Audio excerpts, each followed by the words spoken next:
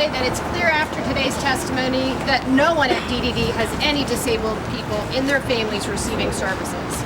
That's abundantly clear. We need to change New Jersey. APGAR should be released. The whole system needs to be reworked. DDD is not helping the disabled, it's hurting the disabled, and things have to change. My brother is subject to the Return Home New Jersey. I just want to say he's not returning home. His home is at Woods. It's been there for 33, almost 34 years, and that's where he needs to stay. Yes, join us. Henoch, and my daughter has Prader-Willi syndrome and severe behavioral issues with it, and lives successfully for the last 9 years in an intensive therapeutic program that happens to be a model. She lives in a group home in a community. If it were in New Jersey, it would be a model, and it happens to be in Wisconsin. I agree with Carolyn, there's no way she's coming home. I've advocated and fought for her entire life, and I will continue to do whatever it takes.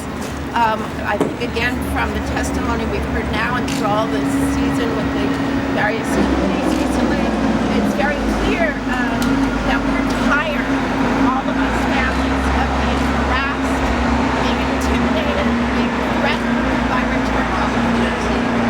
And it's time to stand up. And we have a new group named for ourselves, or even though we're informal, it's called Already Home. Because in fact, where our loved ones are, they are already home. And we've had enough of the cynicism and the lack of care coming out of DDD. Thank you.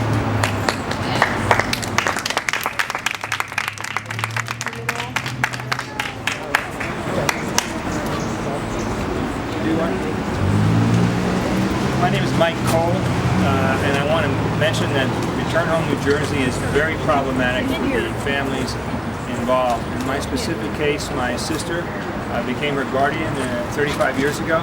She was placed in a group home in New Jersey where she had a horrific experience. So New Jersey placed her out of state in Massachusetts in a place called Riverbrook, which is outstanding.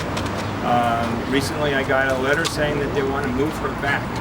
Now the cost to New Jersey of her placement is less than 25%, as far as I learned today, of what it would take to bring her back. So there's no economic reason to do it. Certainly there's no programming, since the program there is excellent. And the one proposed new location for her has a very bad track record in terms of care of their clients, and also a record of Medicare fraud. So somebody has to take a hard look at this. It's with the legislature, and I'm hopeful that Governor Christie can understand the pain this is causing hundreds of families, and will come around to supporting the revision or even cancellation of the program. Thanks.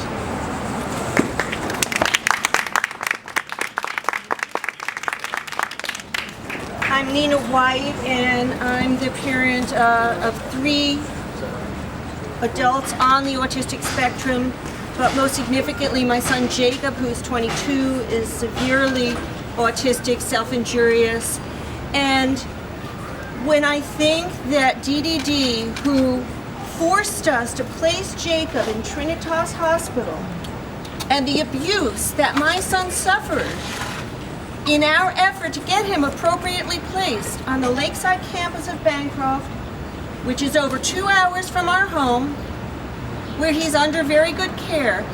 But if my husband and I cared for Jacob as poorly as he was cared for under the umbrella of DDD, we would have been jailed for child abuse, and now they're telling you that your loved ones who are well cared for, settled in, who would not understand why they would be moved, and they're assuring us that they have a plan when clearly they do not. And I could speak for a long time about all the mishaps with their lack of communication and lack of expertise and lack of thoroughness. It's criminal. And I would like to see them removed and this whole thing reworked before they have any more control over our lives.